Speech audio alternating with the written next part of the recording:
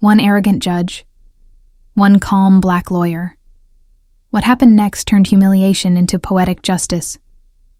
The courtroom glowed with the soft gold of early afternoon sunlight, streaming through tall, arched windows that stretched toward the ceiling. Dust motes drifted lazily in the light, settling over rows of polished wooden benches that gleamed like glass. Every whisper, every rustle of paper, echoed faintly against the marble walls, carrying a tension that no one dared to name. Amara Johnson stood at the plaintiff's table, her posture poised and unshaken. The deep navy of her suit mirrored the solemnity of the place, yet her presence held a quiet strength that drew subtle, skeptical glances from around the room. A few jurors avoided her eyes. The opposing counsel smirked faintly, his confidence sharpened by prejudice more than skill.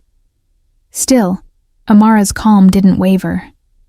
Her dark curls framed a face both graceful and firm, eyes steady beneath the courtroom's fluorescent glare. There was no arrogance in her stance, only the patience of someone who had learned to carry dignity like armor. The judge's chair remained empty for now, the gavel resting silently beside a neat stack of documents.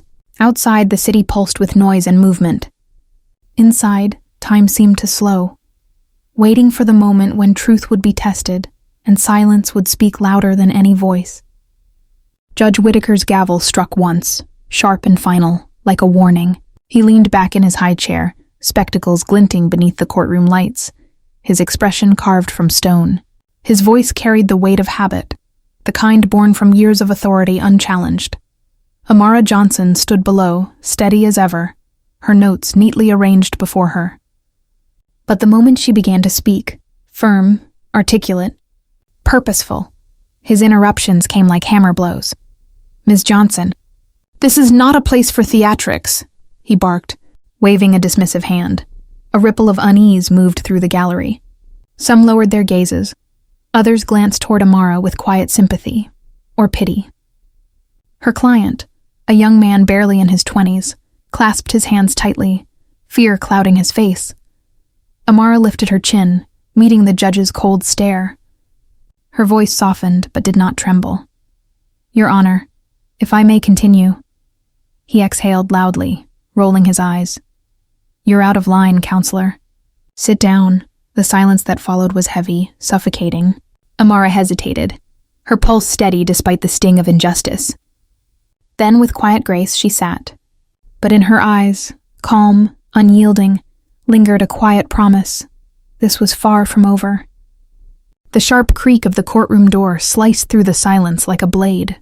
Every head turned as two men in dark suits entered, their polished badges glinting faintly under the afternoon light. Their calm, deliberate steps echoed against the marble floor, the kind of entrance that made even the most confident man sit a little straighter. Judge Whitaker's brows knitted. His gavel hesitated midair. The visitors exchanged quiet words with the bailiff, who quickly approached the bench, his face pale and unsure. A sealed folder changed hands. The paper looked ordinary, but the air shifted the moment the judge touched it. He broke the seal with trembling fingers. As he read, the blood drained from his face, leaving his jaw slack and his authority stripped bare. The courtroom, tense seconds before, now felt frozen. No one dared to breathe. Whitaker's eyes flicked toward Amara, suddenly uncertain, almost pleading. "Ms. Johnson, may I speak to you privately?" Amara rose slowly, her composure unbroken. "That won't be necessary, Your Honor," she said, her tone calm as still water. "They're here for me." A low wave of murmurs rippled across the gallery. Confusion, shock, and somewhere beneath it, a sense that something monumental was about to unfold. The air thickened as one of the officials stepped forward, his voice cutting through the tense silence.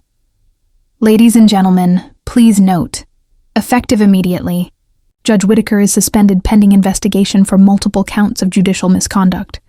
The words landed like thunder. Gasps rippled through the courtroom. Papers fluttered as the judge's hand trembled, his gavel knocking against the desk with a hollow clack. "This is absurd," he sputtered, his authority unraveling before everyone's eyes. Amara took a slow step forward.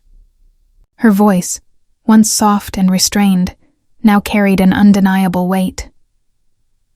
"You silenced me when I was speaking truth. she said evenly.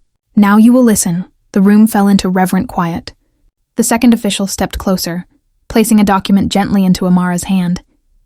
The seal gleamed under the sunlight. A temporary judicial appointment. A stunned hush swept across the spectators. Even the air seemed to pause. Amara turned toward the bench, the same seat that had just humiliated her moments before. Her heels clicked with deliberate grace as she approached. Judge Whitaker rose slowly, his face flushed crimson. Amara met his eyes, calm, dignified, resolute. You may step down, Your Honor. And for the first time that day, he obeyed her. Amara ascended the steps to the bench with calm, deliberate poise. The room, moments ago electric with whispers, now fell into a silence so profound it felt sacred. Sunlight spilled across her shoulders as she took the judge's seat, the same chair that had once been a symbol of her dismissal. Now, it became a testament to her endurance. Her hands rested lightly on the polished wood. She looked out over the courtroom, the jurors, the lawyers, the spectators, all watching her with something between reverence and disbelief. There was no triumph in her expression, no trace of vengeance, only quiet dignity, shaped by every moment she'd been underestimated. She turned her gaze toward her client, the young man whose life had hung in the balance. His eyes, once fearful, now glimmered with relief. Justice, she said softly, her voice steady as truth itself, always finds its way back. The words seemed to linger in the air, settling into every corner of the room. No one spoke. No one dared to move. They had all witnessed something deeper than a change in authority. They had witnessed integrity reclaim its rightful place. And in that silence, the courtroom didn't just respect her. It remembered her. Never let arrogance silence your worth. The calmest voice often carries the most power, because true strength doesn't need to shout.